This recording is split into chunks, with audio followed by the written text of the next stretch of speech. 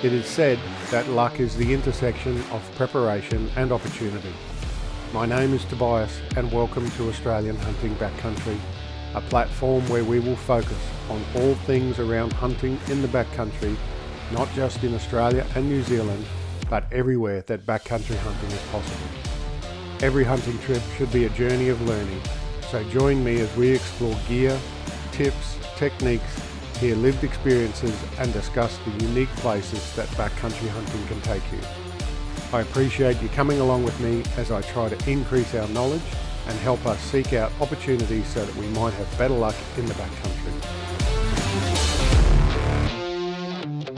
For 2025, Australian Hunting Backcountry is proudly partnering with Nature's Perks and Gun Traders Australia. Nature's Perks, your gateway to the outdoors. Lawson and Jesse, the team behind Nature's Perk, are passionate about sharing the joys and benefits of hunting and fishing. They offer a range of membership options which gives you opportunities to win amazing gear, learn from the best, experience unforgettable adventures and exclusive member perks. Your membership enters you in regular gear giveaways to win top quality hunting and fishing equipment. You can enhance your skills with their comprehensive hunting education courses available both in person and soon online. Your membership will include exciting draws for guided hunts and fishing charters, creating memories that will last a lifetime. And you can gain access to unique opportunities and experiences that are available only to their members. Join the Nature's Perks community today and unlock a world of outdoor adventures. Visit naturesperks.com.au to learn more and choose the membership that's right for you. Gun Traders Australia is a family-run, secure online platform for firearm enthusiasts across Australia to buy and sell firearm parts and accessories. The guys there are dedicated to fostering a community where responsible firearm ownership is paired with exceptional service and access to premium products and trusted providers. What sets Gun Traders Australia apart is a modern and user-friendly online platform with reliable search filters, making finding what you need even easier. The server is hosted right here in Australia, ensuring fast and reliable access, and a payment portal that is also proudly Australian-based, providing secure transactions without any information stored offshore.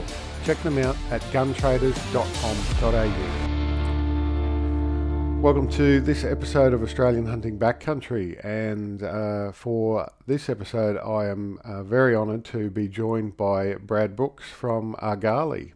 Brad, thanks for joining us. Oh, Tobias, it's my pleasure, and very nice to meet you, and thanks for having me on. Yeah, no problem. Thanks for making the time. I know there's a significant time difference between our locations, but here we made it work. So I'm up early, and I think you're right at the end of your day. Yeah, we're like mid-afternoon right here, so maybe I have it easier than you do right now. But Yeah. I feel like for me, like mid-afternoon, mental capacity wise, can be the worst time of day for me. So this is a nice break. Yeah. Yep. So now, Brad, I guess to start with, for those that don't know the brand Argali, give us a background, I guess, about the brand and the company itself to start with. Sure. Yeah, I'll give you the short version, and if you want more information, you let me know. But Mm-hmm. we're a backcountry hunting gear and equipment company. We started out as a filmmaking company in about 2015, 2016, depending on how you do the math. And at some point along the lines, I started designing gear for the type of hunting I was doing. And I guess, that's almost 10 years ago now. And at the time, the style of hunting that I was doing, which was, primarily backpack hunting, there were some companies who made products for us, no doubt, but there were still a lot of holes in the marketplace. And it Mm-hmm. felt to me like the people that were making gear that I was using didn't really understand the way in which I hunted, didn't really care as much as I did about weight and making just really high quality products that were compact and durable. Yep. And that began our journey. I started out making game bags. There are a lot of game bags on the market now, but at the time, nobody was really doing what we were doing. And we did bring sort of technical design to the game bag market in terms of using ultralight fabrics, reusable game bags, products that could be, game bags that were made out of materials that were designed to be long lasting and could hold weight. So that's how we got our start. And then since then, we've branched out into a number of other product categories, everything from tents to trekking poles, knives, sleeping bags, you kind of name it. Mhm. But that's how we got our start. And we're primarily, like many of the American hunting gear companies, our primary customers are in US and Canada, but we actually have quite a few in Australia and New Zealand as Mm. well. I feel like you guys are a close second to Mm. our North American market. Yep. Yep. So the movie making that you started out with, because I think that's where I first sort of started following you, was these amazing hunts that you were doing and filming. And it's there's as you're aware, there's a lot of content on YouTube. Yeah. And anybody with an iPhone now can can make a YouTube video and put it up.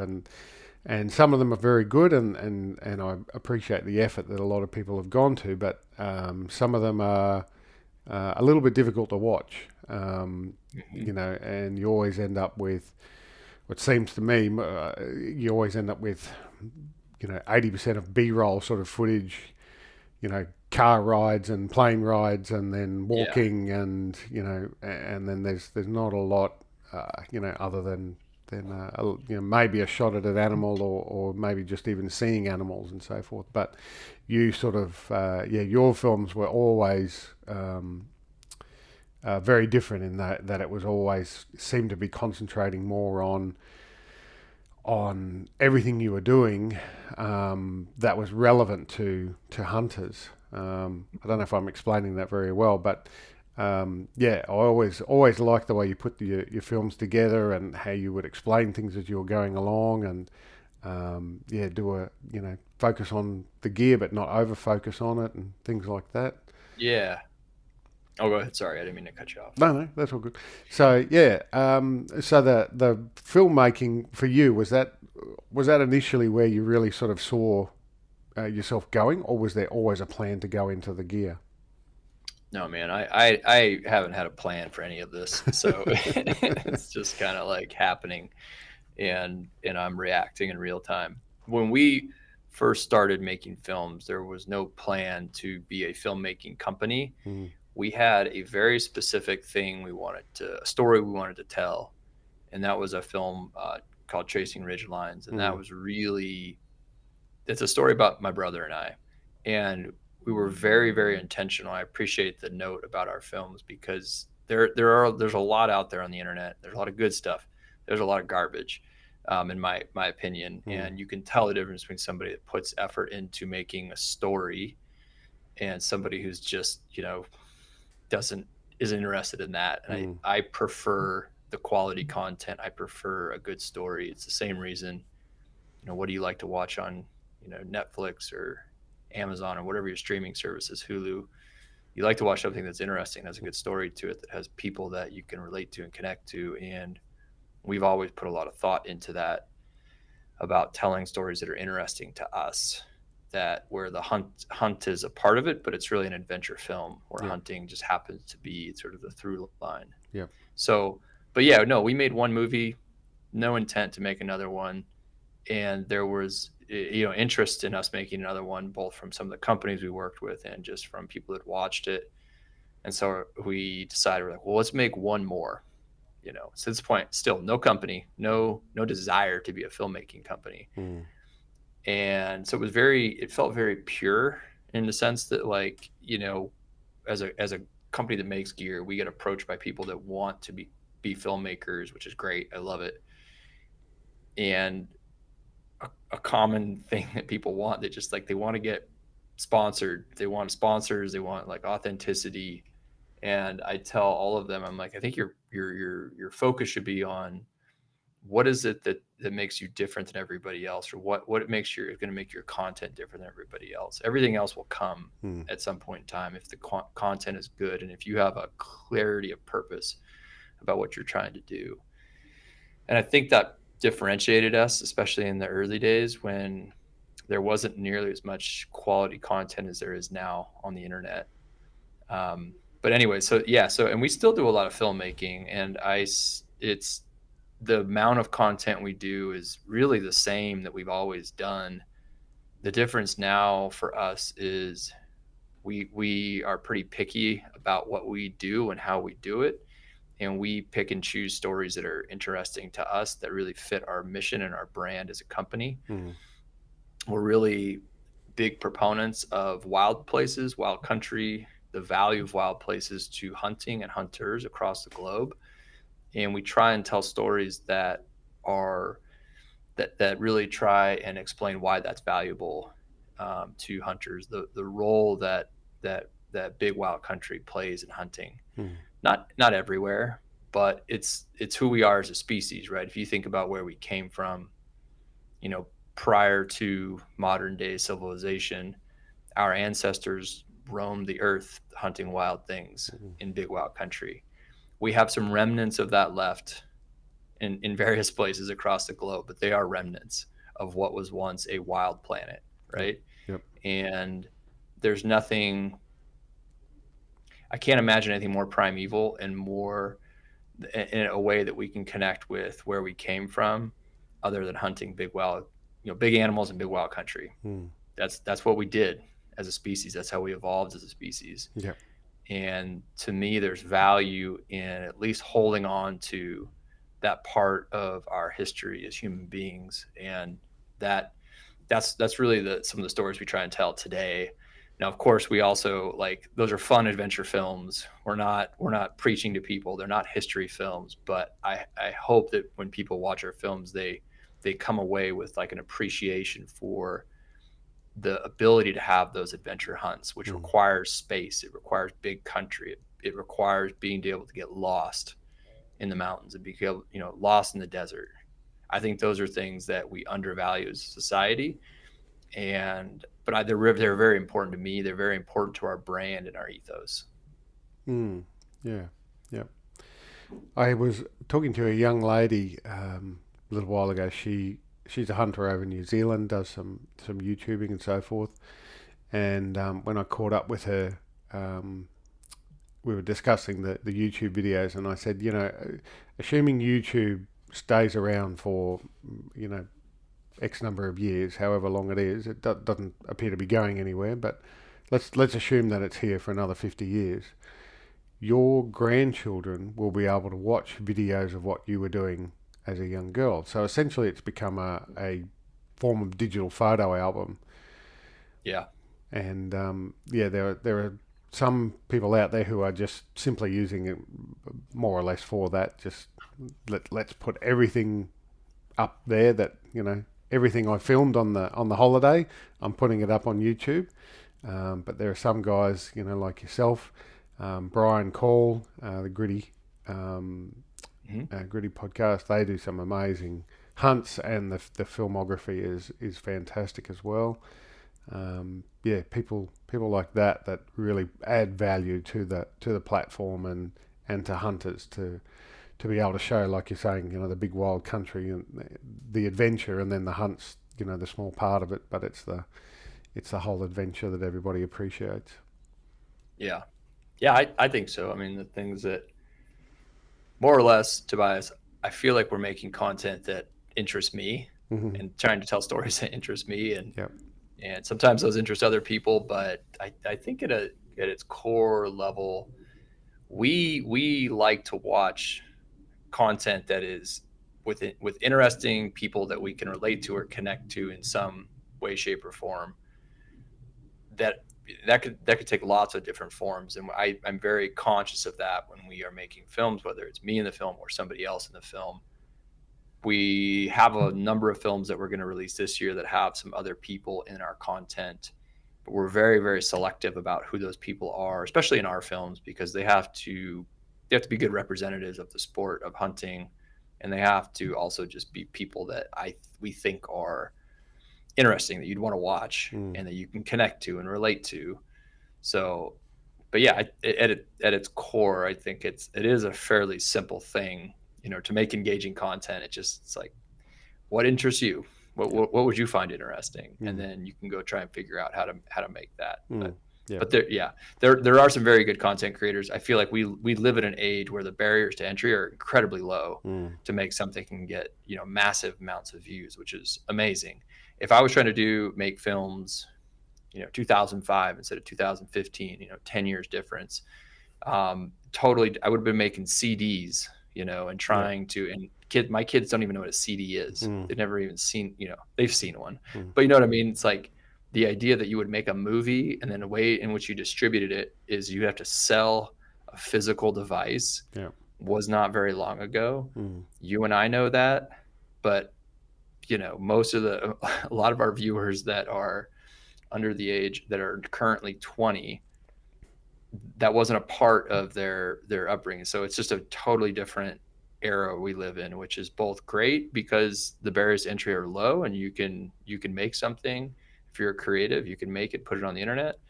The downside is there's just, as a consumer of that content, there's a lot more to filter through now to figure out what's what's actually worth watching and what's like Yep. maybe perhaps is not worth your time. Yeah. Yeah. So, your history as a hunter, then, if we can step back in Yeah. time and tell us about your sort of hunting journey. Yeah, I live in Idaho. For anybody familiar with the states, sort of northwest part of the states, I live right at the base of the Rocky Mountains. So I grew up. We're fortunate to have lots of big game species here, and as well as a lot of bird species. So I grew up just a fairly stereotypical hunting family. My dad was a hunter, but he wasn't. He wasn't a huge big game hunter. Hmm. Bird hunting was more of his thing, and so we did a lot of that. Waterfowl, upland birds, Hmm. and a little bit of big game. And it wasn't until I was probably midway through high school, when I was probably like 16 or so, when I really started to find myself trying to do more big game hunting and trying to figure out how I could go on more big game hunts. And then as I got into college, so I did a bit of that. I went to college. I played soccer in college, and that kind of consumed 4 years of my life in the fall. I still hunted, but not nearly the way I do now. Mm. And it was immediately when I was done with my undergraduate degree that I did my first backpack hunt. I didn't know anybody at the time that backpack hunted. I didn't know, today it's a huge thing, right? Mm. But you're talking about 2005 to date myself. Again, it was just something I wanted to do. I liked backpacking, I liked hunting, and I wanted to figure out how to get away from people. And that was, I credit those early years of my backpack hunting with really where I'm at today, because I enjoyed those early backpack hunts, but they were I was using very heavy, antiquated gear and equipment, Yep. and it helped. I learned a lot about how to try and become a more efficient hunter from a gear standpoint. But yeah, from then on, I got the bug to start traveling and hunting as much as I can, and since then it's kind of been a passion, obsession, whatever word you want to choose. Hmm. And I've been fortunate to get to travel all over the place and hunt. I love hunting everything. I still big game hunting of all shapes and sizes is my favorite thing. Archery hunting in particular is my favorite thing to do. Hmm. But I still bird hunt. I have a bird dog, and after in between big game hunts and after the big game season is largely over in the states, I do spend quite a bit of time roaming the hills with my bird dog too. So, Mm. Right. Did you have a mentor or a partner along the way that sort of helped you with that journey and learning? I learned a lot from my dad, but to be honest with you, no. I learned a lot of the basics from my dad, Hmm. but the backpack hunting, the adventure hunting, the big game hunting, my brother and I were very close, and I felt like he and I learned a lot together. So we were partners in that learning process. And then I have a really good friend who I still hunt with. We were the as a bit of a crew in the mid 2000s. We were really exploring this idea of backcountry hunting together, and we Hmm. learned together. Mm. I feel but I didn't have anybody that was like showing me the ropes, because again, I didn't know anybody that did it. Yep. There were horse packers, so there were guys I knew that had horses, Mm. and they would pack into big wild country, but they were different. Because they didn't have to worry about weight as much. But no, I didn't really have anybody that showed me. Um, a lot of the things I've learned today are just through trial and error. Yeah. Yeah. Yeah. And I think back then as well, uh, yeah, there definitely wasn't the information and the popularity around the backpack hunting, and from an Australian point of view, it was almost a bit like a secret society where Yeah, absolutely. the guys that did it, they didn't talk about it, they didn't share Hmm. information because they were worried that then everybody was going to do it, and then everybody was going to find their secret spots and that sort of thing. And I can understand that, but yeah, now it's very yeah, we're it's a whole other stream of hunting. I can remember man, I don't know when that was, maybe like 2008 or nine, whatever the very early days of Kuiu. There was a convention in Boise for backcountry hunters, and Jason Hairston, who founded Kuiu, Hmm. was here in Boise with just a fold out table with Hmm. Kuiu clothes, like just a small rack. Show He was the one, if you wanted to like touch and feel a piece of Kuiu clothing, like he would hand it to you. Yeah. And there was probably, I don't know, maybe 50, 75 people there total. That gives you a set, because Kuiu is a fairly Mm. large company now, Mm. right? But back then, it just wasn't a big community, and I didn't know anybody. There were no forums. Nobody was talking about it. Nobody was. I didn't know. There were no films that I was aware of Mm. that were showcasing backcountry hunting. So all of that information that we have access to today, it's happened in a relatively short amount of time, Mm. to where, at least I'm not as familiar with how popular it is in Australia, Tobias, but I mean, backpack hunting here is very common, right? Nobody doesn't know what it is. Yeah. Everybody has access to lots of fancy gear, equipment, gear lists. Like, there's just so much information out there now about Mm. it. But Mm. a short time ago, nobody was talking about it. Very few people did it, and if you did do it, like you mentioned, you didn't talk about it because you didn't really want to share the way you hunted with other people, because it was kind of like a secret, and you Mm. could get into cool country, kill big animals, in a way that other people just hadn't really thought of before. Mm. Mm.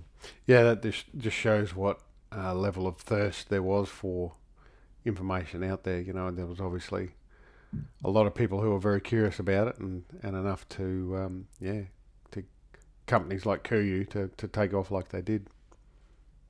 Yeah, Mm. yeah, I'll never forget that.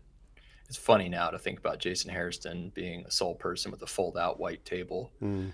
at a at a little convention, Mm. handing out clothing for people to try. Mm. But Did you get to meet him? yeah, yeah, I did. Yeah, that was Yeah, nice guy. He was I he was very pleasant. yeah, yeah. I went to America in 2018. Sorry, 2019. Yeah, we were over there, and just before COVID hit, actually, when we came back, there was talk on the news about this virus that was spreading around. So we got back into the Yeah, country sure. just at the right time. And the plan was that we were there for about 6 weeks, and the plan was that we were going to stop in at Kuyu, flew into San Francisco, stop in at Kuyu on the way through, and then hunt a couple of different states. And unfortunately, that was it wasn't long before then that he died. So we Mm. didn't get the opportunity to see him, but it was good to still go to Kuyu. We still went to Kuyu, and I damaged my credit card. Spent a lot spent a Yeah, lot of money on Kuyu gear, but yeah. yeah, yeah. Unfortunate situation, Mm. yeah, Mm. with his passing, but Mm. Yeah, but he was a good inspiration and a good ambassador for the industry and for hunting. He had very clear yeah, without a doubt. ethics and so forth, and his mission was always very focused on doing the best. So yeah, Yeah, without a doubt. yeah. So So in terms of your hunting then, what's left for you to hunt? And I know this is probably an infinite answer question, but I guess what's next sort of on the list for you? What's at the top of the list of what you want to achieve? Oh, I my running theme is I'm trying to win the award for having the most fun. Mm-hmm. So whatever that involves.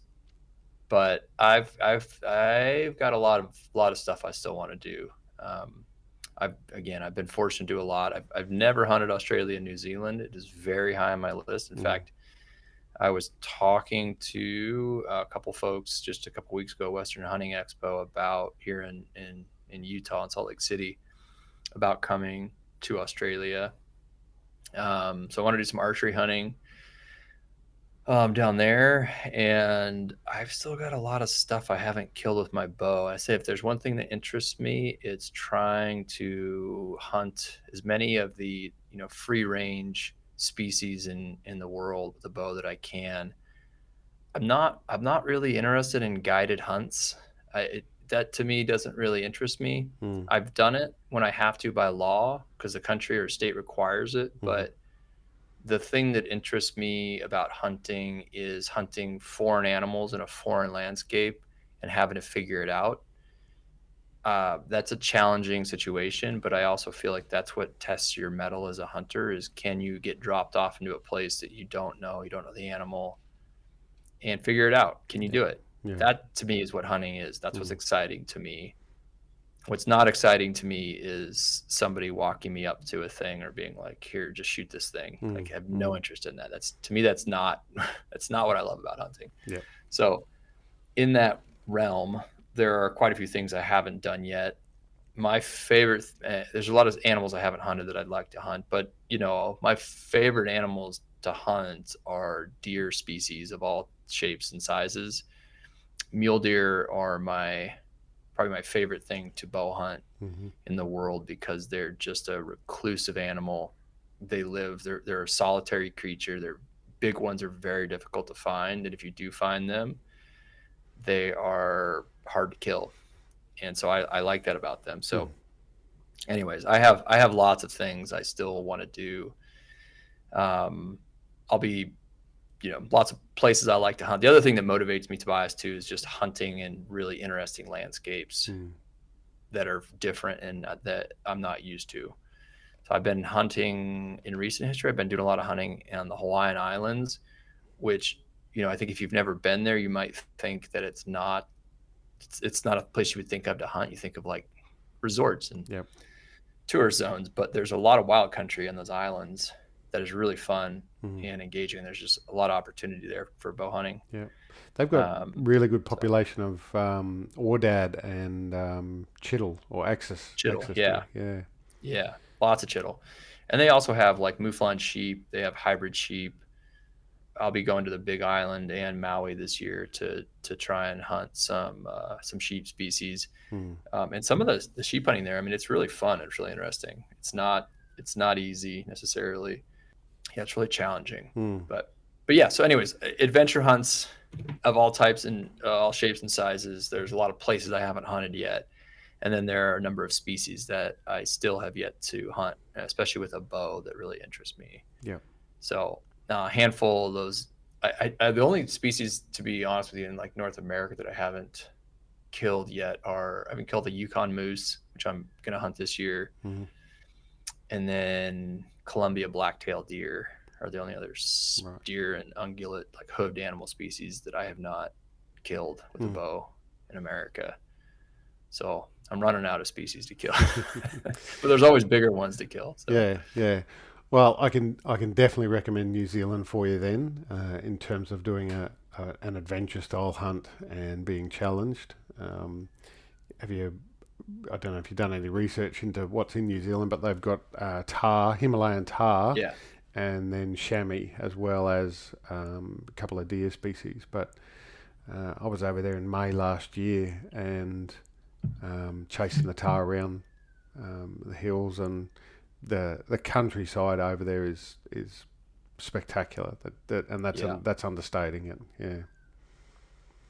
Yeah, definitely. Those two, chamois and tar, are high on the list Mm, to do in New Zealand. mm, So yeah, I've talked to some friends who've done it quite a bit down there. So it's just a matter of time before I make it down there. yeah, yeah. And the beauty of bow hunting as well is it makes it a lot simpler in terms of international travel. Getting, instead of getting firearms and Yes. ammunition in and out of countries and on the airplanes and that sort of thing. Yeah, absolutely. Mm, People tend to Most countries tend to look at a bow very differently. mm, Although interestingly, like in a lot of places in Europe where you can rifle hunt, you cannot bow hunting is illegal, mm, which is interesting because I've talked to some friends of mine in Central Europe about bow hunting over there, and they're like, "Oh, actually, you can't do it in a lot of European countries," which was surprising to me. mm. Yeah, But we've yeah, I'd say for the most part, it's much easier to travel with a bow. yeah we've just in Australia we've just gone through or one of the states has just gone through a very underhanded legislation change where they made bow hunting illegal. Mm, There's a it's still an ongoing thing there.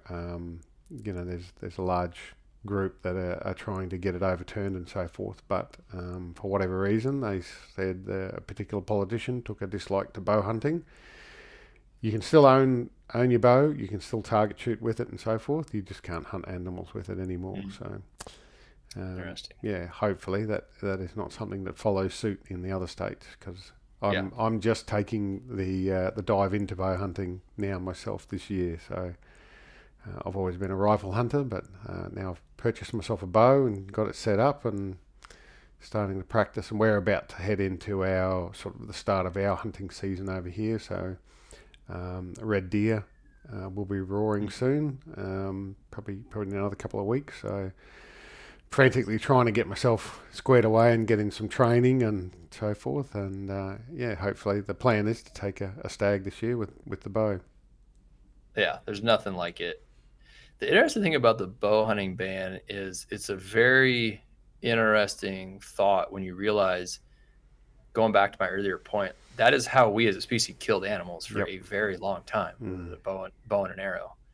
And so now we're at the point as a species where we're outlawing that as a method of take for mm, wild animals, which is just super fascinating to me. yeah. We're an interesting species when we've got to the point where we're outlawing the type of hunting that got us arguably to where we're at today. Yeah. Yeah. So Yeah. No, it's crazy and obviously very emotionally driven rather than yeah, any sure. evidence based and it Yeah, was done very underhandedly as well. But anyway, yeah, that's a whole other rabbit hole to go down. yeah, yeah, yeah. Yeah. So I think one of the things that you've done that I'm most jealous of was the Dawes sheep Oh hunt yeah. that you did. That is high on my that is at the top of my fantasy hunt list. That one day when I win the lotto or marry a rich woman who's happy to pay me to go over there and do it. That's what I'll be doing. So how yeah, tell me more about that because like I said, I'm super jealous of anyone that does that. I hunted Doll sheep on the Brooks Range of Alaska, Mm, which has to be one of the most iconic mountain ranges anywhere in the world. I don't mm, care where you're from. It's an iconic mountain range that is very worth seeing at some point if you're into big wild mountain ranges. It is unlike any other place I've been to. And yeah, that hunt was a lifelong hunt dream of mine as well. In fact, many years ago, I really couldn't afford to do it. I remember being very dead set on going on a sheep hunt. And I'm a very goal oriented person. And usually when I set my mind to something, I don't give up very easily. And I remember, you know, making a goal within 3 years, I want to go on a sheep hunt, but it just was out of the cards financially because it's not a cheap endeavor, especially when you consider the whole cost of mm, the hunt. Um, so yeah, it's been something I've been wanting to do for a long time, and I felt very fortunate to get to do. I was able to get in on a Dall sheep hunt because there were some cancellations. and so it was a little bit more affordable and Mm-hmm. easier to do. But yeah, it's I don't know how to describe it. It's like a planes, trains, and automobiles to get to the hunt. So it's multiple commercial flights for me even, and then it's you got to drive on the one road that is in northern Alaska on the Haul Road, and then from there it's two bush flights into the middle of nowhere, and you get dropped off, and there's just grizzly bears everywhere. There's caribou, Mm-hmm. there's sheep around. It's a wild, wild place, and you feel fairly insignificant Mm-hmm. when you're in the middle of it. But it's just stunningly beautiful, and it was if you've never anybody who's not familiar with like a sheep hunt, I mean, it is considered to be one of the more difficult types of hunting that you can do because the terrain is pretty rugged and you have to cover a lot of miles to get to find an animal typically. I actually, to be honest with you, Tobias, like it was easier than the kind of hunting we do back home here. Mm-hmm. The mountains aren't as big. They're big, but it's not as hard as what we've got back home here in Idaho. Yep. So I didn't find it particularly challenging compared to what I do on an annual basis Mm. back home, but it was still a tough hunt. Yeah, and it's incredible. I mean, there are these big rivers that you can just dip your cup into and drink from. I mean, where else? How many places can you do that in the world that aren't, the water's clean enough where you can just dip your cup right into the river Yeah. Well, and drink from it? New Zealand would probably be the only other place Yeah, that anyone would recommend doing it. And I've heard people say, like Billy Moles, for example, he compares Alaska and New Zealand a number of times in some of his videos. Yeah, and talks about how yeah, New Zealand is the closest thing he's seen to Alaska. I believe that. Yeah. Yeah, but yeah, it was fun, man. It was a mentally challenging hunt in that you don't see a lot of animals. You don't see a lot of live big game animals, period. Mm. And so that's tough, but they're Dall sheep in particular. I mean, they're just an iconic species, Mm. and it's probably, if not the best game meat I've ever had, it's in the top two. Wow. Yeah. It's phenomenal eating animals. So the whole thing was just incredible. It's an experience I'll never forget for the rest of my life. And if nothing else, I think the thing that makes it so special is the place. I mean, Mm. it is just a stunning landscape. And if it would be interesting, if Dall sheep lived in a place that wasn't as beautiful, it would be the demand for it would be very different than what it is, Yeah. I suspect. But Yep. they just happen to live in these giant, beautiful, remote landscapes. Yeah. Yeah. Is the risk of doing something like that? For me, that's the top of my pyramid. That's my Everest hunt. Yeah. Is the risk of doing that and achieving that then where do you go to from there? Like, is there the Yeah, downside of it is now I've reached the top of Everest. What's left for me to conquer? for sure. Yeah. I mean, well, I'll speak for myself. I look forward to the thing I'm going to do, but after it's done, it's in the past, and now you're looking forward to the next thing. So Mm. if you have to find something else to look forward to. My immediate reaction when I got done with that is, when can I do this again? Yep. And Yep. and so I'm already trying to figure out how I can do another sheep hunt. But Mm. but yeah, it's a little bit bittersweet when you're like, okay, I've done that thing now. I've gone Dall sheep hunting. Now what? Mm. There's nothing, and there's also nothing quite like your first, at least for us, like your first big Alaska adventure. Yep. I'm going on a moose hunt this year with my buddy, one of my really good friends, Charlie. Never been to Alaska before, and his level of excitement is much higher than mine. Not that I won't have a great time on the trip, but it's not a novel. Going to Alaska is not a novel experience. It's not my first time. I've been there a bunch. Mm. And so like I'm not spending my time like thinking about it like I was that first time. And I Yeah. think that's what happens when you do these. You sort of check off these like life goals of yours. It's like, okay, I've done that now. The second time I go Dall sheep hunting, I'll still, hopefully if I do get to do it, it will still be fun, but there's nothing like that first adventure. Mm. Nothing. And you Mm. can never get that feeling back, and that experience and that euphoria you get mentally and physically. So, but you know, I haven't run out of ways to get excited about hunting yet, Tobias. So Yeah, so I hope it doesn't happen. But yeah, at some point maybe I will run out of things that excite me, but I don't see that happening in the near future. yeah, yeah. And you still have to be guided in Alaska, don't you? Even as a US Yeah, resident. correct. Yeah. We do by law. Except, Yeah, unless you have next of kin yeah, in yeah. Alaska. Yeah, But there's some species that you can do unguided, I believe. correct. Yeah, the only ones you have to have a guide for are grizzly brown bear, Dall sheep, and mountain goat. So everything else you can hunt unguided, and I've done all those unguided. The unguided species, so caribou, black-tailed deer, black bear. What am I missing? Moose. Mm, You don't have to have a guide for those species. mm, mm. Yeah. I'm pretty sure from the research that I did as a an alien non-resident, I have to be guided for everything. I think that sounds right, Yeah. as well. Yeah, I don't know for sure as an alien non-resident. Alaska's different. Their regulations are, as you know, like every state in America has different regulations around Yep. non-residents, and then alien non-residents sometimes get put into a different bucket Yep. of regulation. Yeah. Yeah. So I want to obviously come back and talk about your gear as well, but what's some of the other items of gear, other brands and so forth that you're really enjoying using and sticking with over the years? Great question. I mean, a lot of stuff. I am a gear nerd, so I am constantly trying new stuff out. Mm.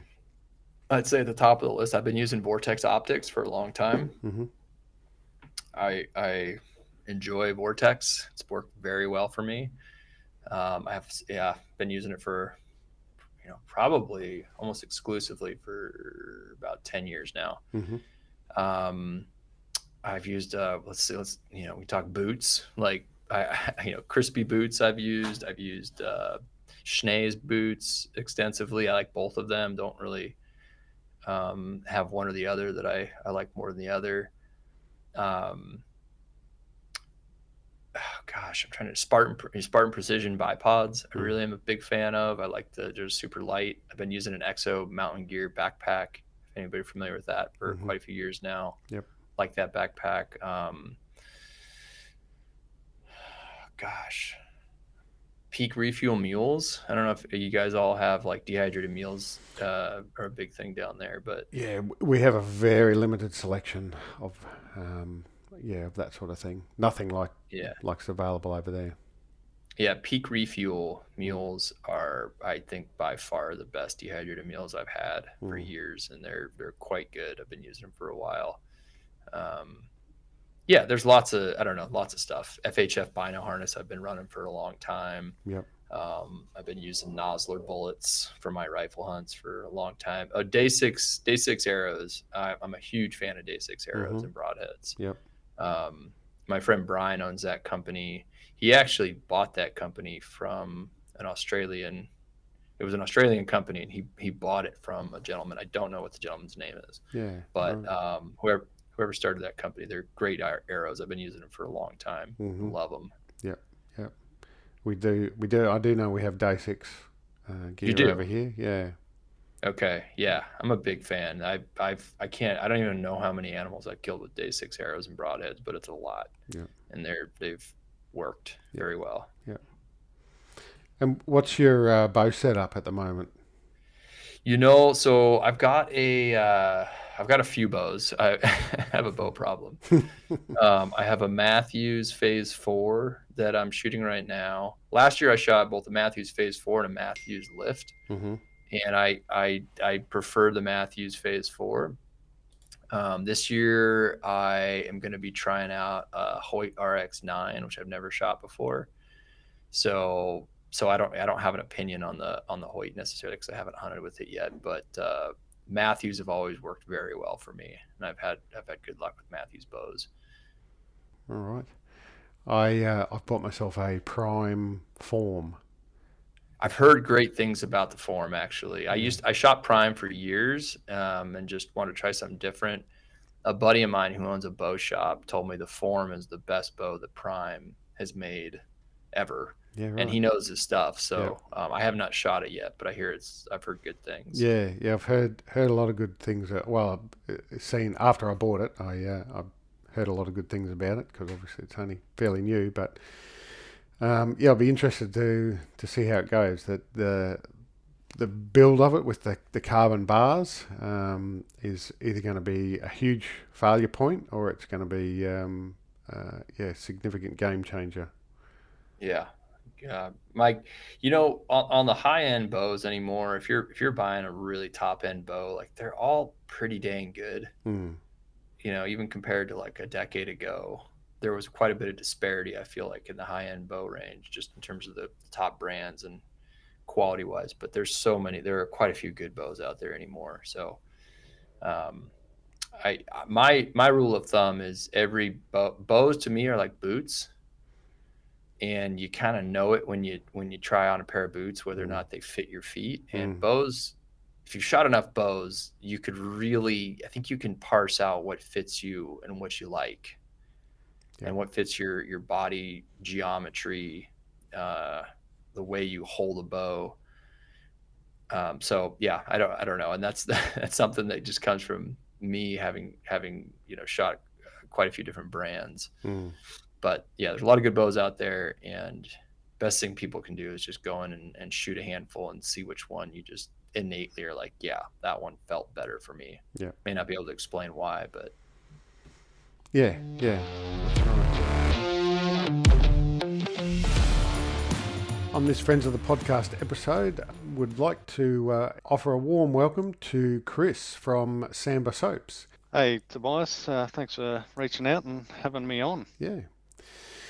So, for those that haven't heard of Chris and what he's doing, there's a business called Sambar Soaps, and I've been Chris and I've been chatting a bit before hitting the record button, so I've got a very good introduction and background about how all this came about, and I would like Chris to share that with you all. So I'll hand over to you, Chris, if you sort of want to tell us a bit about yourself and then how Sambar Soaps came to be. Yeah, cool, thanks. So it all sort of started back as a boy. I was always hunting whatever I could with my grandfather's 22 back in the day. It wasn't until about mid-teens when I got stuck into deer hunting with a mate. We got hooked pretty quick, as most people do, and I've spent every spare moment hunting and fishing ever since. Mm, The idea for Sambar Soaps began about the time when I got my driver's license. I mixed up and tried a few different potions to mask my scent to try and outsmart these critters. mm-hmm, After all, I figured we wear camo to blend into our surroundings. We tiptoe around the bush. We remove any squeaks from and rattles from our kit. And in some cases, we even have to bottle our own urine not to disturb a hotspot. mm, I spent 3 days hog deer hunting in a tree stand, and one of the number one rules was to not leave any trail there. yep. But what are we doing to hide our odor, our body odor, our scent? You have to realise that it's like these things can smell what we look like from a long way away. Mm, So we need the best chance we can get. We hunt upwind as best as possible, but never does the wind stay where we want it. mm-hmm, So one of the potions I mixed up became very successful in the field, and I was convinced when I found myself standing on a game trail with a 20-inch fallow coming my way. I stood as still as possible. It walked straight up to me and put its nose physically on my knee, took a deep sniff, looked me up and down, then walked around me unfazed. I yeah. looked back and yeah, Wow. off it was going, Yeah. and just at walking pace, not stressed at all. I bought a GoPro after that, in case it ever happened again. Almost 20 years later, I pulled the trigger on Sambar Soaps at the start of last year, being 2024. It's been a grind and a significant cost, which is a bit of a testimonial as well that the product is worth it. There's plenty of skeptics out there, and for good reason too, but I can tell you without doubt that it does work, and only one way to find out. Mm. The Sambar Soaps main range is the 3-pack that you see on the website. Mm-hmm. It consists of a scent blocker soap bar, which is like the pre-hunt, your morning shower or whatever, which kills the bacteria found in body odor and has essential oil found in the Aussie bush to help you just blend in. Scent block spray. It's the OG mixture from where it all started back in the day. Mm-hmm. This is for like use on the go, like your armpits, your backpack, in your boots even. I like to use it before I jump in a sleeping bag. Just stops your sleeping bag from getting a stink up as well Mm-hmm. when you've been backpacking for a couple of days. Yep. We all know what that's like. And then there's a victory scrub as well, which can be used for pre and or post hunting. The difference between the victory scrub and the scent blocker is that it's got a pumice stone in it. It's great for like scrubbing that blood and mud and all that off your hands. Yep. It's all very good for disinfecting as well Mm-hmm. with essential oils that it has in it. We've also got an all-natural deodorant, which just like the soaps and spray, they're all chemical free and all natural. They're all very good for sensitive skin as well, even including dermatitis. It's very good for those skin types. Right. Yep. And then part two of Sambar Soaps involves a bit of merch. So I've just got some good quality clothing at a great price. I really don't make much off them at all. Um, and it's all labeled Sambar Apparel. So you'll start seeing that on social media and hopefully getting around the streets, which will be good. Mm-hmm. So anyone interested in buying Sambar Soaps and even apparel, you can visit www.sambarsoaps.com.au, or there's a fair amount of shops taking it on board now, the Sambar Soaps. I'm keeping the apparel online at this stage Mm-hmm. just to keep the cost down. So yeah, you can visit your local hunting shop. If they don't have it yet, tell them to reach out to me. My email is on the website and we'll get it in there. Mm. You can also follow us on Instagram and Facebook with the tag as Sambar Soaps and Apparel. Right. Yep.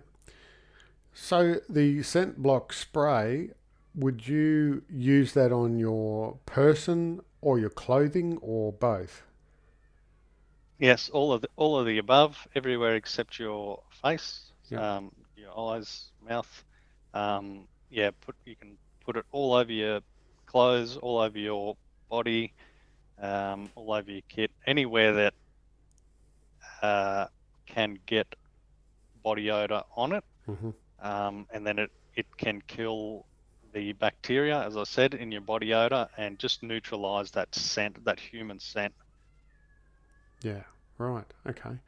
And sleeping bag, same thing. Do you spray it in your sleeping bag or you put it on yourself before you jump in bed? Yeah, I put it on myself before I jump in as a preventative. Of course, you'll still perspire or whatever during the night. So yeah, if you find yourself, sleeping bag getting a bit of a smell up, yeah, Mm. definitely spray it in there too. Yeah. Yeah. All right. Well, that's interesting. It was interesting to hear that well, that would have been pretty cool to film that the fellow coming right up and sniffing at your pants. Yeah, it was incredible. Mm. So, are you finding people that are using this for Samba are getting honked at more or less? Definitely more, and you get more shot time as well. So without, I found you would get honked at, but they would honk and brake, and you wouldn't, you wouldn't get much of a look at them, or you see their tail as they run off. Mm. Now I find you get honked a lot more, and they don't seem to brake. They really want to try and see what you are before they bail out of there, and the amount of shot time uh, you can get is, yeah, it's phenomenal. Like Yeah. I'm starting to film deer at very close ranges for minutes, Mm. minutes and minutes, and like either they just get over it and walk away, or I want to move on and see what else I can find, and I'm the one walking away. So Mm. yeah, it's great, even just for photography too. Mm. Mm. All right.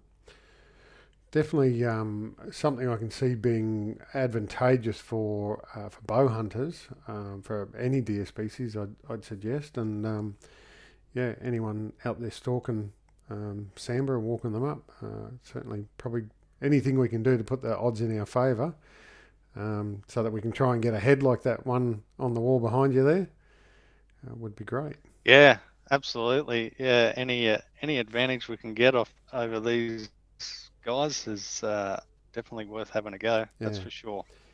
And looking at it, that head is the logo that you've got there on the apparel and so forth. Yeah, that's correct. One of the photos I took, which you can see on Instagram, where the logo come from, and then I had a couple euro mounts in the house, so I took some photos and got one of my friends to put a skull on the way the antlers were sitting in this particular photo, and that's turned into the logo, which has turned out great. Mm, mm, great.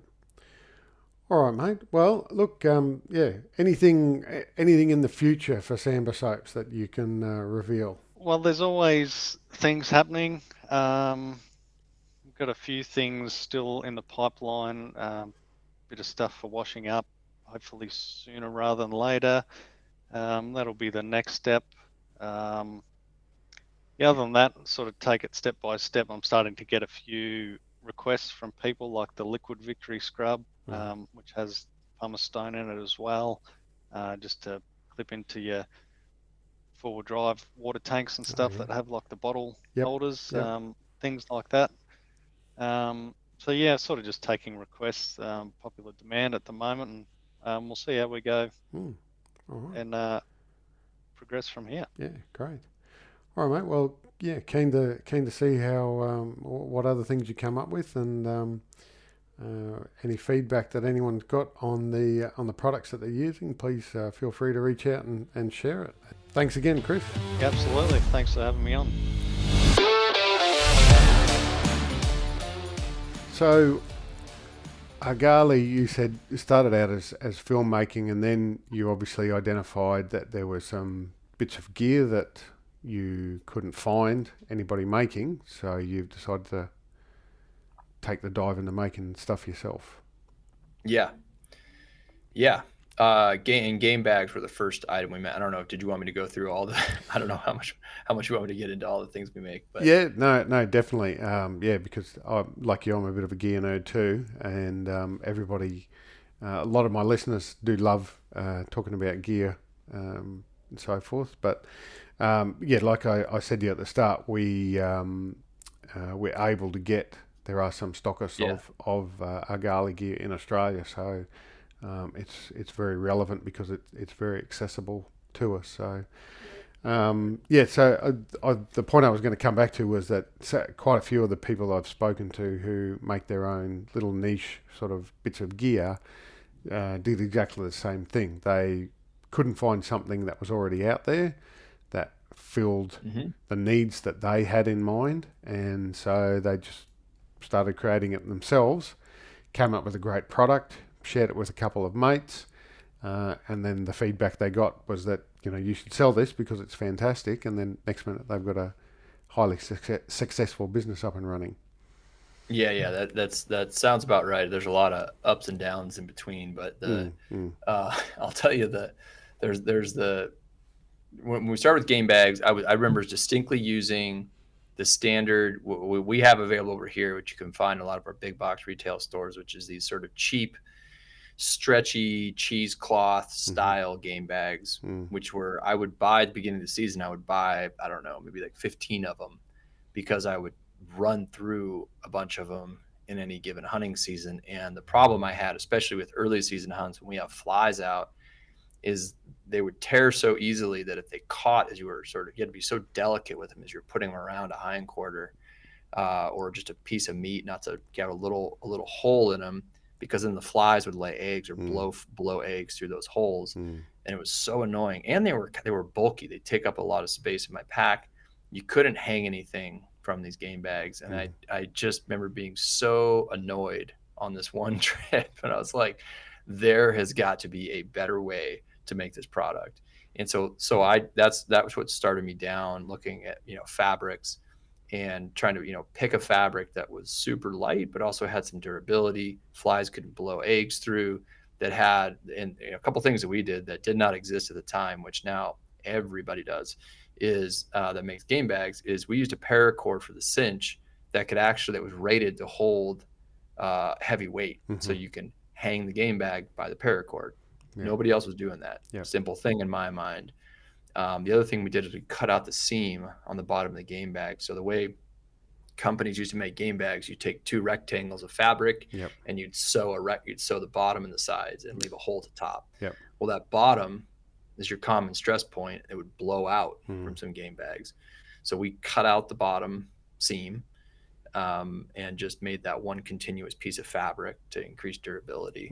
Added reflective logos and paracord so you could find them at night, because so just, again, to me, they were simple things, but they were design features that didn't exist, and those game bags became like real popular real fast.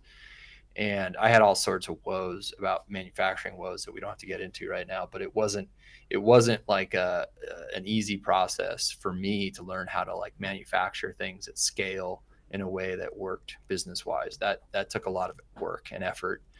And it wasn't the smoothest process for me. But from that, then I started designing knives with the sole purpose of trying to create a knife that was ultra light, but that still had enough of a handle that it was functional. And that led to our carbon knife, which was our first ever hunting knife. And since then we have a whole line of hunting knives that we make, and they're all super high end knives. And that led to, trekking poles, sleeping bags, and tents, all of which are the design idea. And I'm our lead designer here at the company still. The ideas for those are really born out of necessity or use, right? So we might be, with my years of hunting experience, looking at the available products out there and trying to identify, how can I make something? It may not always be a new invention. Sometimes I have had new inventions, like our Kodiak belt, which is a belt buckle knife sharpener in one. But it really, I would put most of our gear in the innovative category, where we're trying to make something better, more functional for our customer base, based on whether that's fabric, whether that's design, whether it's a combination of both of those things. Everything we make is made because we think there is a way that we can do something better than what is available and there's a value add for the consumer to purchase what we're making. We don't make what I would call Me Too products.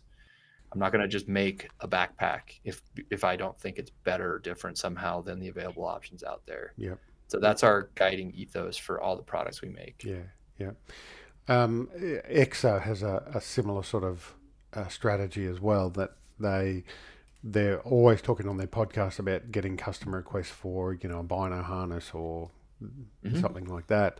And so far they've been resistant to it, because they're saying, we just want to focus on making great backpacks, and that's not the direction we want to go, because there's already quite a few great options out there in bino harnesses, as one example.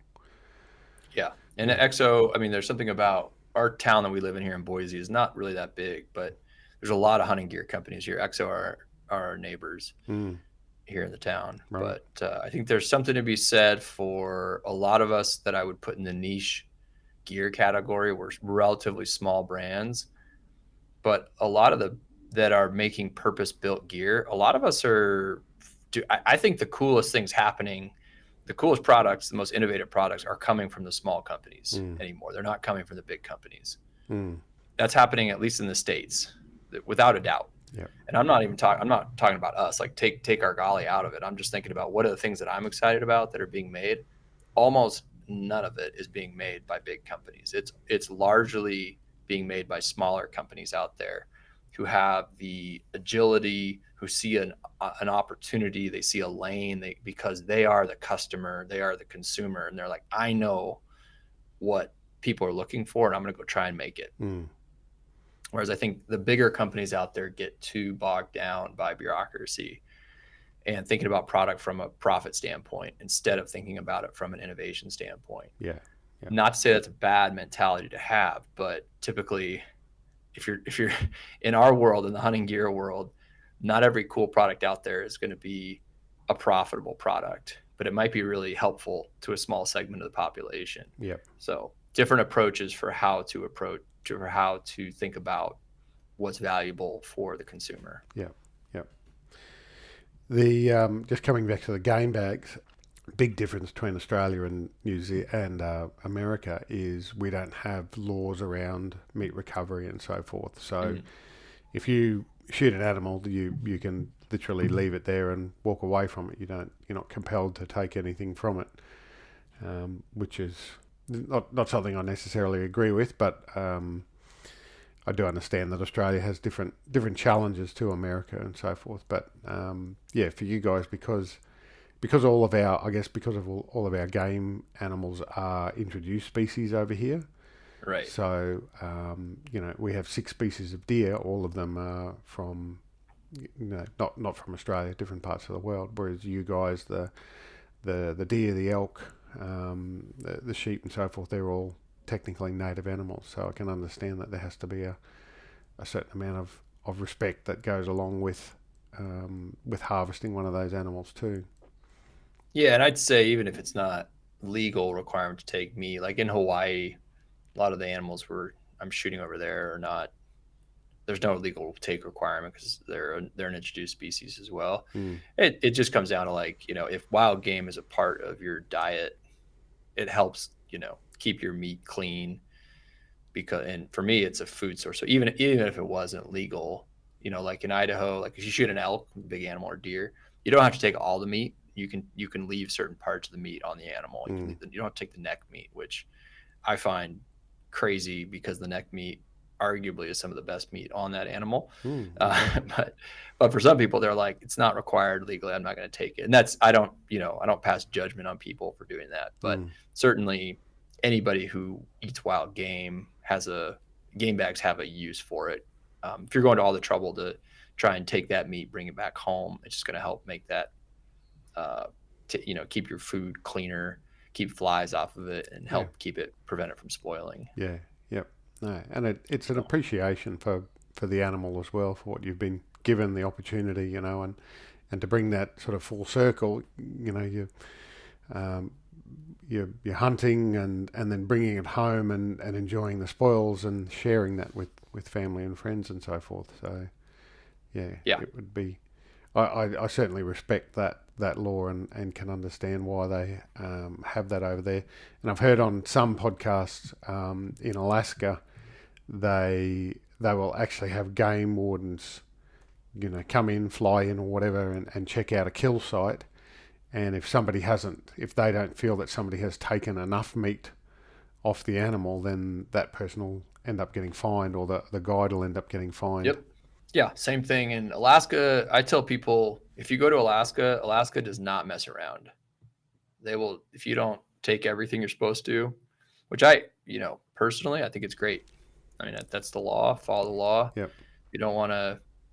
Again, here's the thing I'm really sensitive to is, just because that's our culture in the U.S., I don't necessarily think that has to be the cultural expectation in other countries, right?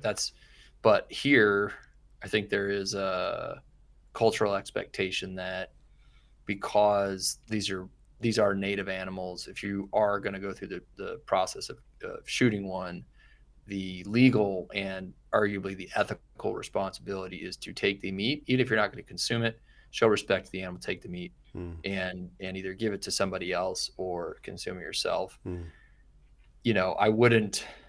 I don't feel like it's my place to say what other people, other cultures, other countries should do. It's not my place. But so if, for example, in Hawaii, when I go over there with my buddies, the chital deer or axis deer are considered a nuisance species on some of these big cattle ranches that we hunt. Yep. And oftentimes they will shoot, when they're doing a herd reduction program, they might shoot 50 deer and just take the back straps. And I'm not passing judgment on them for the way they decide to manage their deer population, right? Mm-hmm. Even though if you did that in Idaho, if you did that in Alaska, people would just be like, burn that person to the stake, Mm-hmm. Yep. like how Yep. dare you? But different culture, different situation, right? But yeah, they don't mess around in Alaska, and similarly in pretty much any Western state here. If you they call that wanton waste, and it's Mm. the quickest way to get in trouble. Trespassing. Yeah, What do yeah, hunting, because I've, you've got your tag system and so forth over there, so which is again a foreign concept to us. So I can go out tomorrow and shoot 20 deer if I want to. right. We don't have any limits or tag systems or anything like that. Which So sounds yeah, really nice, to be honest with you, uh, Tobias.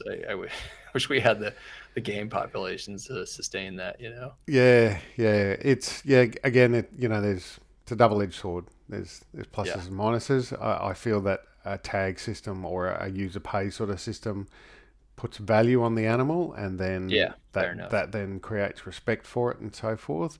So it has that flow-on effect. But that would be very, very difficult to enforce over here now with the way that things are. But anyway, so I've heard and seen, a number of influencers end up getting themselves in trouble because they end up getting charged with trespass or hunting outside their allocated unit, things like that. Yeah, hunting outside the trespass thing on private land is, yeah, I mean, that's always a thing. I think the thing that people get in trouble for is hunting outside their unit boundary, Right. Yeah. and or hunting where they're not allowed to. Like, there are certain, we have, I think similar to you, we have massive amounts of public land that you can hunt on over here, but not, you can't hunt in like national parks, right? Mm, And some people have gotten in trouble for doing that. um, but yeah, I think you just got to know what the rules are where you're going, mm, and follow them, because they're different everywhere, right? mm. Yeah. But hunting outside your unit boundary is a big one. I think, I don't, without casting judgment on people, like, I think it's not terribly hard to figure out where you're at today with all the modern technology we have. Yeah. There are Your Yeah. phone can tell you exactly where you're at. You can find the regs on your phone with the touch of a button. So, not honest mistakes always happen, but for the most part, it's pretty easy to know what the rules are, at least in the U.S. Mm, mm, um, and to follow them. mm. Yeah. All right. So we started off sort of talking about the game bags. So give us a rundown on those game bags, because I see you sell them in kits. So how did you sort of Yeah. come up with the idea of those kits and the purposes of them? So I wanted to really simplify there are lots of potential kits out there. We could make a kit of game bags, like a set for every animal out there. But I felt like that was not necessary, that when you really get down to it, most animals fall into a handful of categories. There's sort of the really large game, like the Yukon moose category, which I don't know what would be comparable to that in Australia. Whatever, like a Yukon moose has about 650 pounds Yeah, of I don't think meat. we've got anything that would be comparable to the moose. Yeah. Yeah, it's huge, right? Mm, And then there's what we call a large game meat on bone kit, which is really an elk sized animal, which stag for you guys, mm, red stag, I think would be very, very comparable in size. Anything that's in that same category. We made those size so you could keep the meat on the bone or bone it out, but they're really built for keeping the meat on the bone and hanging in quarters. mm, And then our high country pack, which is really built for any deer size game, and you can, most of all of your deer species would fit in one of our high country packs.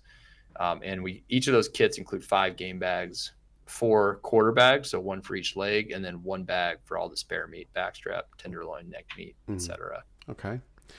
And the meat on bone, that's my understanding is that's also a legal requirement in some areas that you can't bone out the Correct. meat Yeah. before you get it out.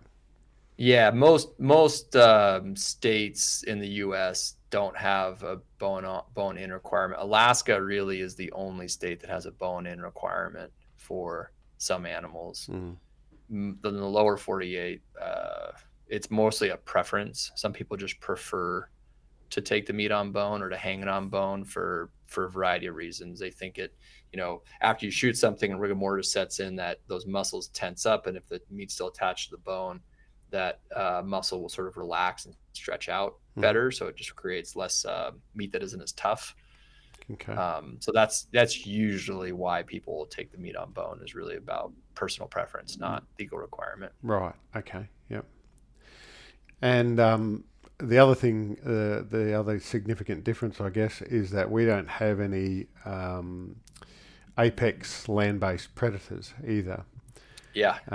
So we've got dingoes, feral dogs, feral pigs, that sort of thing. They'll certainly not hesitate to have a chomp on a carcass. But for you guys, you've got to really manage the bear population over there, and the bears accessing your meat. My understanding is the reflective panels that you put on it are because you have to hang them in trees to keep them up out of the reach of bears, and then you need to find them sometimes at night.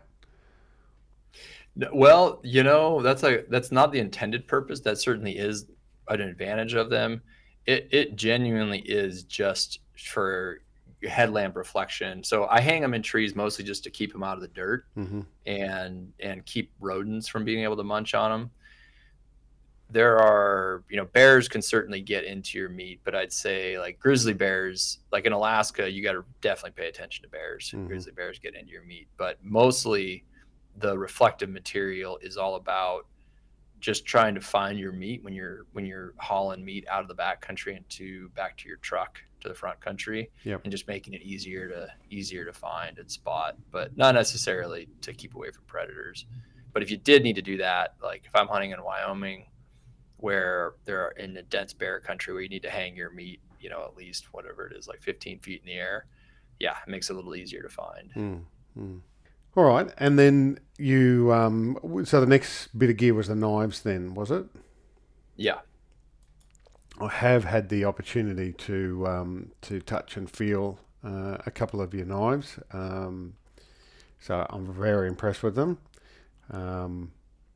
and particularly the Serac. I think the Serac's a great little size and great design. Yeah. So which one was the first? The carbon was the first knife, you said. Carbon was the first, yeah, and Yep. then a lot of just made the Serac was our second knife, and then made a few others since then, and we got some more in the works too. But yeah, Okay. the Serac's a real popular blade. It's they're both very popular, but a lot of people tend to gravitate to one or the other Mm-hmm. as their favorite.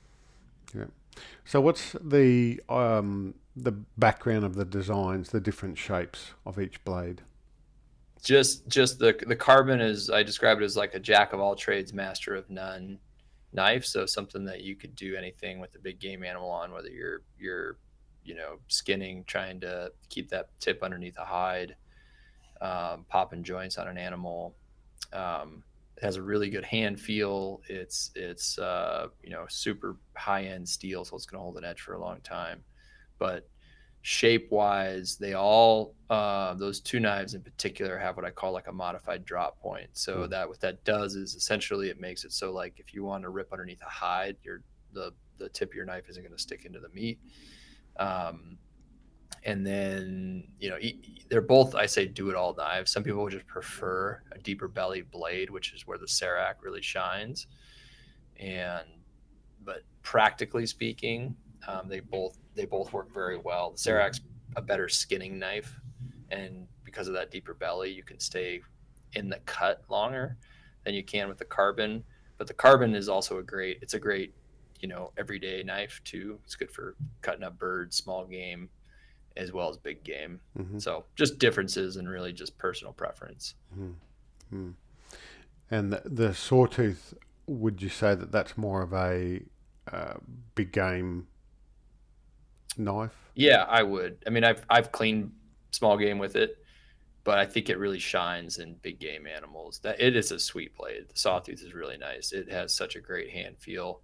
It's a dream to use. and that MagnaCut steel is also really incredible. Yeah, MagnaCut seems to be all the rage nowadays, doesn't it? It's very popular right now. It's got, yeah, from what I'm hearing, it's kind of got all the benefits of the other steels and like SB35N, things like that, but then none of the disadvantages. So Yeah, I tell people, like, from a practical standpoint, like in the field, I have a very hard time telling the difference between the two steels. But on paper, MagnaCut is a better steel than pretty much anything else out there in terms of edge retention and sharpenability. But I think that's on paper. I'd say the real test comes when you're actually using it in the field, and I think they're very comparable. I think there's just a little bit better edge retention on MagnaCut, but it's a very popular steel, and it's made a name for itself very quickly. Yep. So do you have a favorite out of those? Is this like naming a favorite child? Yeah, it is, man. I mean, I try to use everything equally, because that's, part of what I do is I need to use everything as much as I can. So I don't know. That's a good question. I mean, on my Doll sheep hunt, I took a carbon. I took the first carbon I ever made on that hunt for nostalgia reasons. Yeah. I still love the carbon. If it's a deer size game, I usually reach for the carbon. There are plenty of people here that work for us who'd be like, no, I prefer the Serac. So again, I really do like the carbon for any deer size game. If I'm cutting up big animals, I like an elk or caribou or something bigger. Like, I really do like that sawtooth or the Serac for sure. Okay. And so then obviously the partnership then would move to the Kodiak belt. Yeah. Yeah, and that was and if people aren't familiar with that, it's a belt buckle knife. It's a belt buckle that has featured materials built into it that can sharpen a knife, and that's a unique design patent that we have on that product, and it works super well. I don't know if you've ever used it before, but it's a great field honing device. I wouldn't use them as my only knife sharpener, but the idea for that came because I didn't want to have to carry a knife sharpener with me in the field if I needed to touch up my blade. And so to me, rather than carrying an extra piece of gear, I'm going to be wearing a belt anyway. So if I could just make that belt something that actually sharpens a knife, gets rid of something that I would need to carry with me otherwise. Yeah. How does the belt work? Because it's not a traditional sort of buckle style belt. Yeah, it's a friction capture system. So the way the webbing, so if you put the belt on through your belt loops, you bring the webbing around, and instead of bringing the webbing of the belt through like a belt buckle and doubling back, the webbing comes through the front end of the buckle and then keeps going to your left as you're wearing the belt. And it goes through a little little metal slot that is sharpened, and the edges of that metal, the friction from the webbing keep it in place. And it's hard to explain, but it stays very secure in place. It will not move once it's on you. And then to take it off, you just basically break the bite that the belt buckle has on that webbing by just canting it a little bit, and then you pull the belt webbing free. So essentially, it's an infinitely adjustable belt. Correct. Yeah. So you're not infinitely limited. Adjustable. Yeah, and you're not limited by the spacing of your holes and things like that. Because on a backpack hunt, you quite often lose a lot of weight. So I'm finding I'm forever adjusting my belt, and this is one thing I've struggled with. I've actually gone to like an elastic and Velcro sort of combination belt. So I've got a lot of movement there. But yeah, that definitely interests me. The system that you've got. Yeah, it's a pretty slick system. The belt works great. I mean, we have a lot of customers who use that belt who just are like, I just like the belt. I haven't even used the knife sharpening part of it. And then we have a lot of customers who have used the knife sharpening part of it, but I wanted it to work well as a standalone belt and just have the added functionality of the knife sharpening. And I think we did that. Mm-hmm. Mm. Is the what's the material on the belt itself?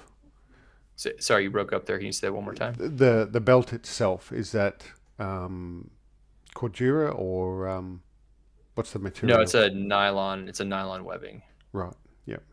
So does it have any stretch in it, or is it quite firm? Yeah, it has a hair of stretch in it. I mean, it's not zero, but it's not much. Definitely interesting. I'm pretty sure there's a video on your YouTube demonstrating Yeah. using it and adjusting it and so forth. So Yep. yeah. All right. And so where did you go to from there? Were the tents next? Oh, I don't remember where we went from there. It's been it was probably tents and trekking poles at the same time. Right. Actually, yeah, I think the trekking poles I think were probably the next thing from because they integrate into the tent system as well. Yeah. Yep. Yeah. All right. So talk us through the tents and the trekking poles. Yeah. So we make everything from a tarp to 1 person, 2 person, 4 person, 6 person, and an 8 person tent. And then we have 2 sets of trekking poles, our full carbon fiber set, and then we have a hybrid carbon aluminum set. I'll talk about the tents real quick. I mean, it's all of our tents made out of silk poly fabric, and polyester I just find to be a much better fabric for backcountry hunting in particular. Has better UV resistance, so it maintains its strength. It also doesn't sag when it gets wet, Mm-hmm. which is a big deal for ultralight shelters Yeah. in terms of maintaining the interior usable space. All of our tents are really simple and modular in terms of how they set up. They're really fast. They're all a rectangular or modified rectangular shape. So the way you set them up is consistent across the line. You set your 4 corners, get them as square as you can, put a pole in the middle, and then you guy out the rest of your points. Mm. And they're fairly spacious for their size. So for our 2P tent is quite large for a 2 person tent. Our 4P tent is quite large for a 4 person tent. And then you can pick and choose the other components you want for each tent. So you can do a full insert. So an insert for us is like that's the mesh lining in the bathtub floor that keeps out bugs and creepy crawlies. Mm-hmm. You can buy a full insert. You can just do a half insert for a tent. So you could make half of it sleeping quarters, half of it a vestibule, or you could just run a half floor or no floor. Mm. So I know you guys, I don't know that floorless camping is a big thing in Australia. You guys have a lot of creepy crawlies. It's a big thing out here, especially later in the season. And then all of our tents, except for our 1 person, are also stove compatible. So we make a titanium stove that goes along with our tents that is collapsible, backpackable. So you can turn your tent into a hot tent during the colder months. Yeah. So yeah, that's our tents. And then our trekking poles, we are a phenomenal set of trekking poles, but they have the added functionality in the grip. We have our own patented grip system that has on the top of the grip a removable rubber cap.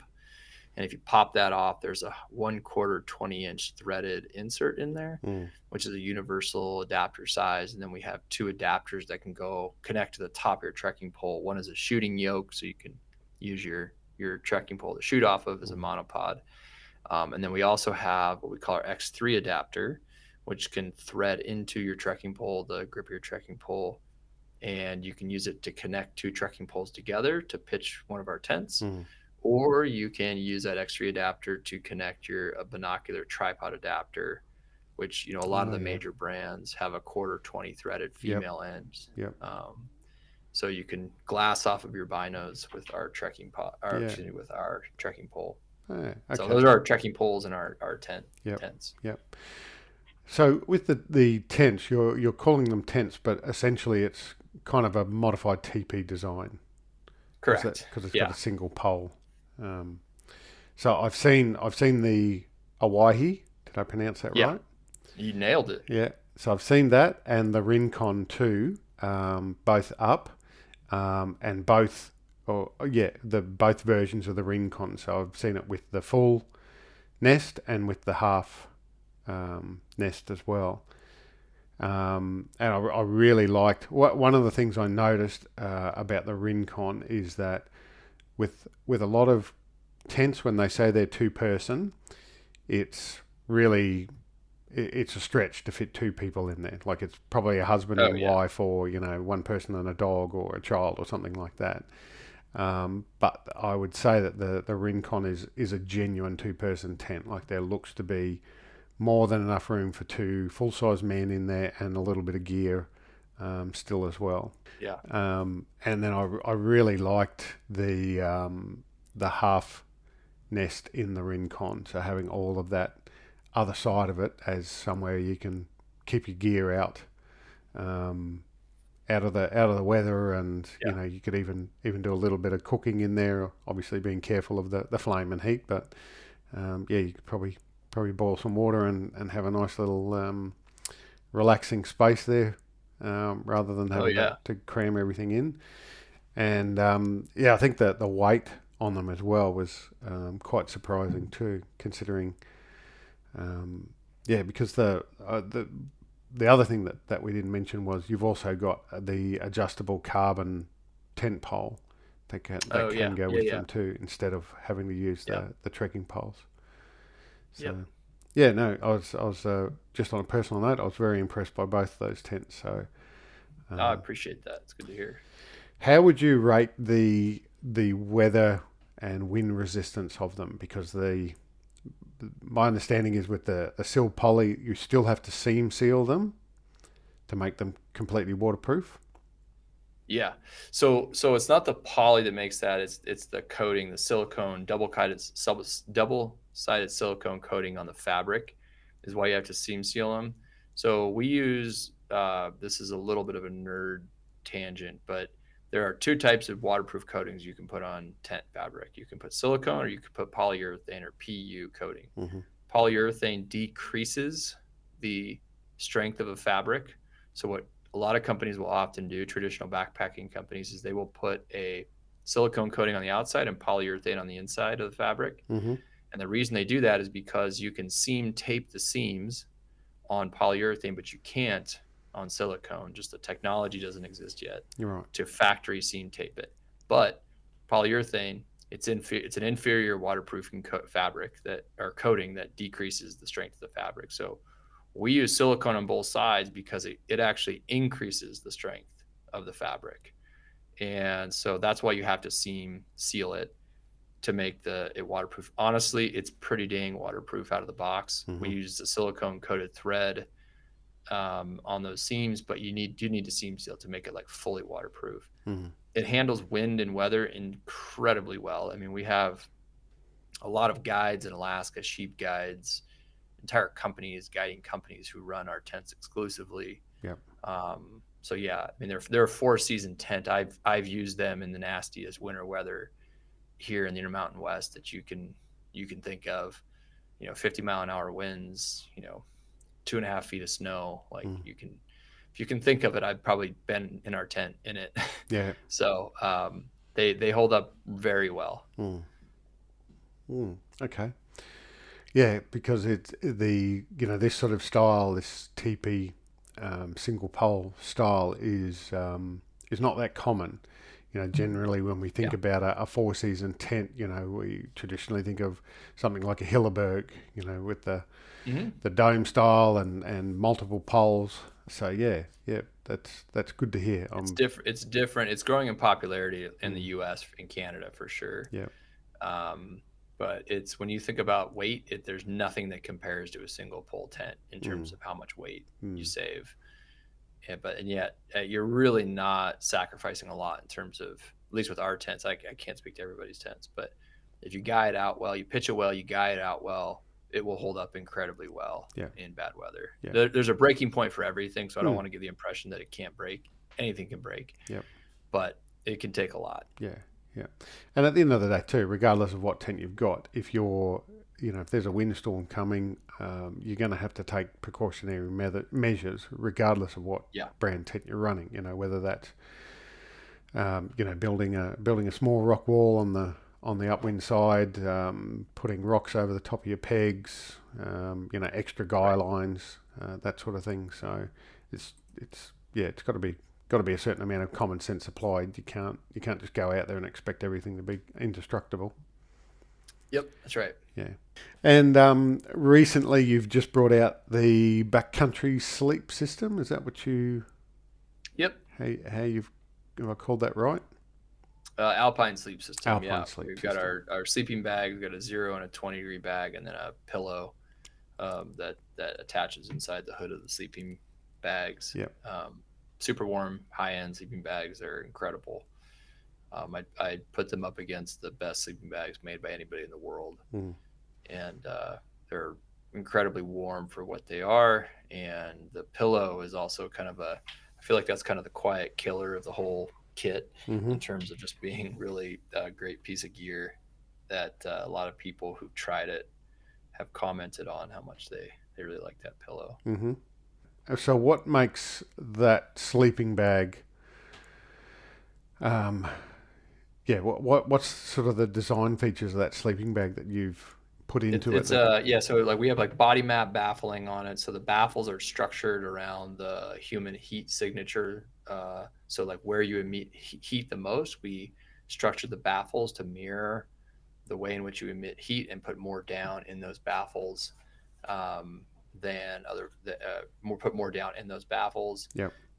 We made a wide cut design, so it's a really wide bag. So if you're a wider shoulder individual, you're going to fit really well in there. And if it's not a mummy, I wouldn't call it like a true mummy bag because it has so much space. And if you're not a large shoulder individual, but you roll around in the middle of the night, the bag isn't going to roll with you. Mm-hmm. So it's just a little bit more comfortable, a little bit more space. We use a high-end, super light, durable DWR coated Pertex fabric on the outside. Pertex is a Japanese company. I think they make the best lightweight nylon fabrics, waterproof and DWR coated fabrics in the world. And then the down itself and the temperature rating. So we use Eastern European down that's processed here in the U.S. It's some of I do think it is the best goose down you can actually purchase. Mm. It's the reason that matters is because that birds that live in a colder climate, geese that live in a colder climate tend to produce thicker, stronger down clusters. Mm-hmm. And so what that means is that the down will loft better over time. So as you stuff that bag into a stuff sack and it relofts, and you do that multiple times or dozens of times over the course of years, your bag is going to reloft better. So what does that mean? It's going to maintain its temperature rating much better than a comparable bag over the life of that product. Mm. And then the other thing we use is we call honest temperature rating. So, most people are used to a sleeping bag temperature rating being kind of a joke because companies, there's no governing body saying what it actually has to be. You can claim whatever you want with a sleeping bag. Yep. So a 20-degree bag might, and I'm using Fahrenheit temperatures here, but let's say a 20-degree Fahrenheit bag would probably only work, down to like nighttime temperatures around like 30 for most companies. So right around freezing.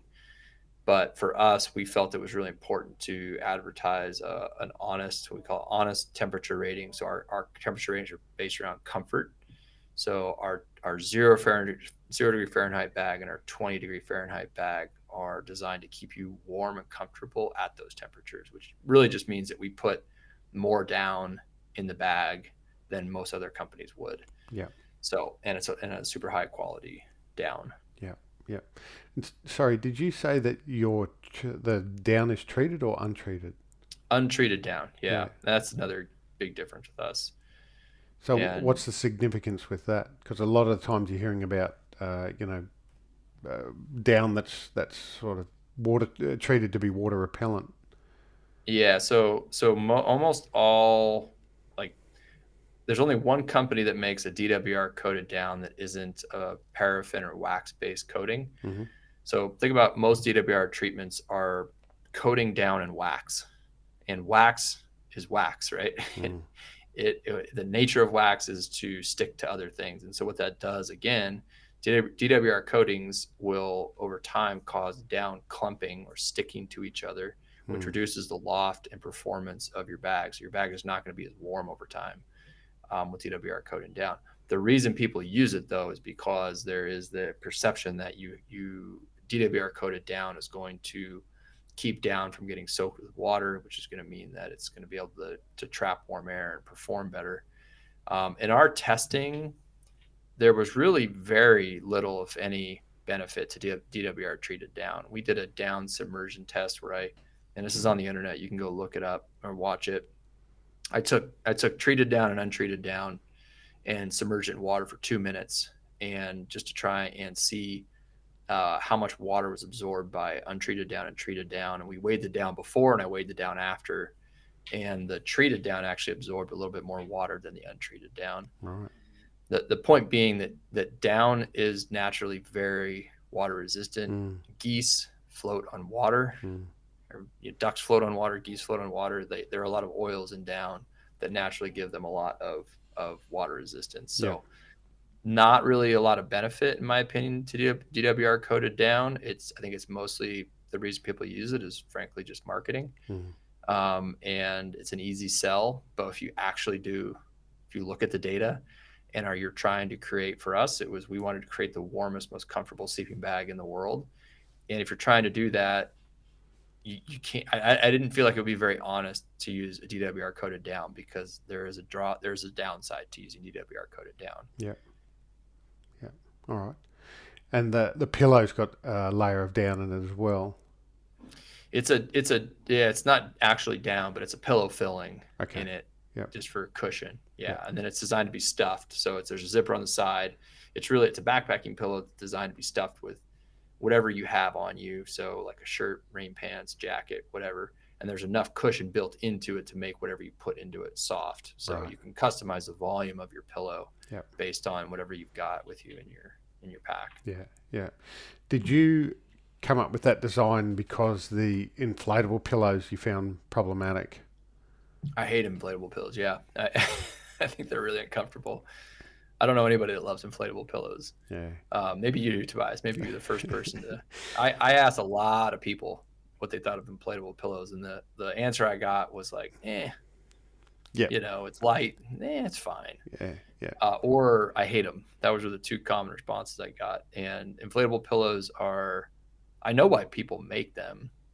You can get a high volume with air, but they're so uncomfortable, and it's very difficult to make them comfortable. Yeah. I've used a bunch of them. I own a bunch of them, and I don't like them. I have the advantage that I basically sleep like a corpse. So, nice. There you go. Yeah, so I don't toss and turn during the night. I'm not a side sleeper. I don't have any of those problems that the other guys do. So I can lay in bed and literally wake up the next morning, and there's, I'm pretty sure I could put a cup of coffee on my chest when I lay down at night, and I wake up in the morning and it'd still be there. So for me, I'm very fortunate in that way. So I can sleep on a mummy pad, very narrow mummy pad, and I actually like my sleeping bags to be sort of tighter around my shoulders as well, because I don't need that extra space. But that's just me. I'm probably a rarity. Well, no, I don't think our bag is so big that it doesn't feel like you're sleeping in a giant bag or something like that, but it's not, you don't feel like you're in a coffin, All right. Very cool. So what's next on the list for Argali then to bring out? Are you able to disclose, or are you giving away secrets? I don't think there's anything I can give away just yet, but we got a lot more stuff coming. We've got new products, in the tent category, new knives. We got a lot of new, like, other stuff in the works that are within our existing categories, and then some big new stuff that I'll talk about maybe later this summer, but it's a little premature yet to talk about it. Yeah. All right. Well, mate, excited to see what you're coming out with next, and looking forward. Hopefully we can get hands on some of it in Australia. Yeah, I hope so. Yeah. Like I said, there are a couple of places in Australia that are stocking your gear. So it's been great for me to be able to actually access it and see it. Like I said, see the tents up on display, and feel the knives and the trekking poles, and We don't have any of the sleeping bags over here yet, but maybe they're on the way. Yeah, I don't know. I'll have to check on that. But yeah, I think it is. I'm really glad we have a place, at least a couple of places where people can touch, feel, and see our products in Australia. Because, like I said, we have it's expensive to ship, and it helps if you can like at least take a look at it before you buy it. So, yeah, it's good for our customers and also good for us. So being my location, where I'm in Queensland, we've got a big hunting and outdoor store here called Venture Hunting and Outdoors. It's just on the south side of Brisbane, so they have your gear. That's where I was able to get my hands on it and do a show and tell with it. Yeah, I haven't been to the Venture store yet, but if I do come to Australia, I will for sure go check it out. But yeah, anybody who's interested in it, I'd encourage them to go check out Venture. Yeah. If you want to check it out in person. Yeah. All right, mate. Well, look, I really appreciate you making the time to come and chat to me and sharing this story. Anyone that I guess hasn't heard of you before or doesn't know about your YouTube channel should definitely get over and have a look at some of the videos. There's some incredible adventures and by the sounds of it, there's more to come as well. So I'm looking forward to that too. Yeah, I appreciate that. Probably the only thing I should get you to tell us about is where people can find you to have a look at your gear online and follow you along on the socials.